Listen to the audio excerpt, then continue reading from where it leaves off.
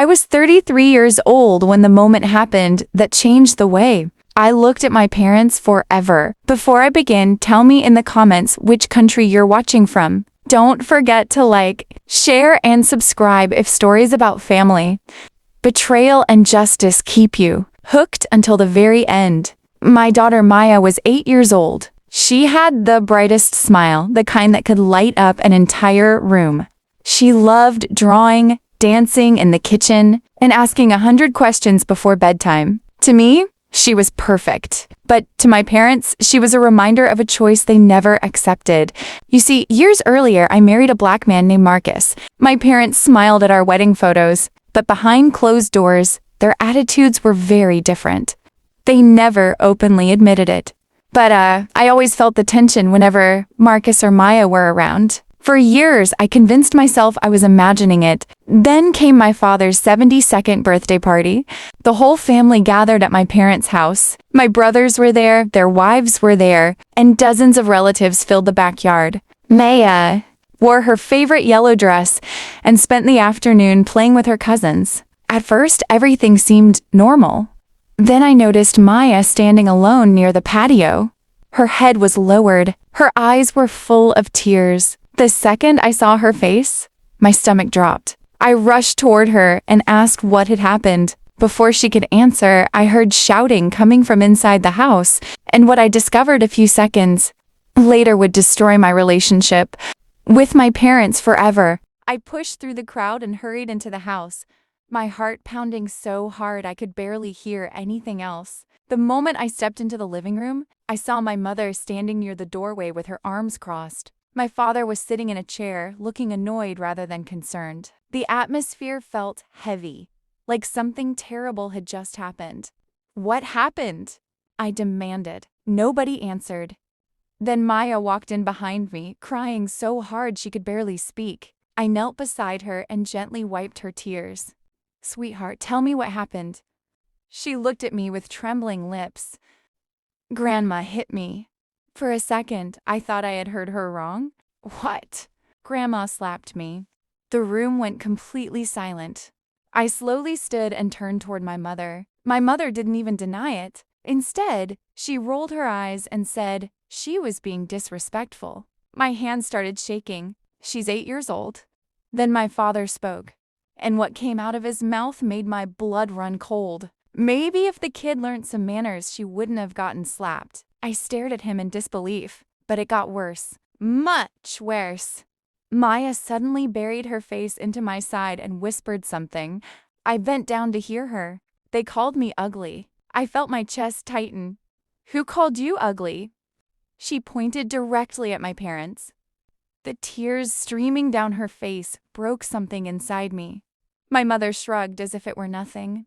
Then she said words I will never forget for the rest of my life. Well, she is an ugly black kid. Someone had to be honest with her. The entire room froze. Several relatives looked horrified. One of my cousins actually gasped. I couldn't believe what I had just heard. My daughter stood there, crying while the two people who were supposed to love their granddaughter acted as if they had done nothing wrong. At that moment, I realized this wasn't a misunderstanding. This wasn't a bad joke. This was exactly who they were. And before the night was over, I was about to make a decision that would change every single one of our lives. The anger I felt in that moment was unlike anything I had ever experienced. I grabbed Maya's hand and pulled her close to me. We're leaving, I said. My mother laughed. Oh, stop being dramatic. That was the final straw. I looked directly at both of my parents and said, you just slapped my daughter and called her an ugly black kid. You will never see us again. For the first time that night, their expressions changed. My father stood up. You're really going to cut off your own family over this? I couldn't believe he was still trying to justify what had happened. No, I replied. I'm cutting off people who think it's acceptable to hurt a child. Without another word, I took Maya and walked out. Marcus met us in the driveway. He had been helping relatives set up tables in the backyard and had no idea what had happened inside. The moment he saw Maya's tear-stained face, he knew something was wrong. When I told him everything, I watched the color drain from his face. For a few seconds, he didn't speak. Then he quietly took Maya into his arms. That silence hurt more than any shouting could have. When we got home that night, Maya asked a question that shattered my heart. Mom, is there something wrong with me because my skin is darker? I felt tears filling my eyes. I sat beside her on her bed and held her hands. Baby, there is absolutely nothing wrong with you. Marcus sat next to us and told her how beautiful, smart, and loved she was. We spent hours reassuring her, but the damage had already been done. Over the following weeks, my parents called repeatedly. Sometimes they were angry. Sometimes they acted like victims. Sometimes they demanded an apology from me. What they never did was apologize to Maya. Not once. Eventually, I blocked their numbers. Months passed, then nearly a year. Life became peaceful again. Maya slowly regained her confidence. She started smiling more, laughing more, and focusing on the things she loved. Meanwhile, my parents continued telling relatives that I had abandoned the family for no reason. They thought they had escaped the consequences of what they did. They thought time would force me to forgive them. What they didn't know was that something enormous was about to happen. And when it did, the people who had humiliated my daughter would finally understand exactly what their hatred had cost them. Almost exactly 1 year after that horrible birthday party, karma finally arrived. One afternoon, my aunt called me and shared something shocking. My parents were in serious financial trouble. A business investment my father had trusted completely had collapsed. They were struggling, and many relatives who once supported them had distanced themselves. That wasn't the biggest consequence. The biggest consequence was loneliness.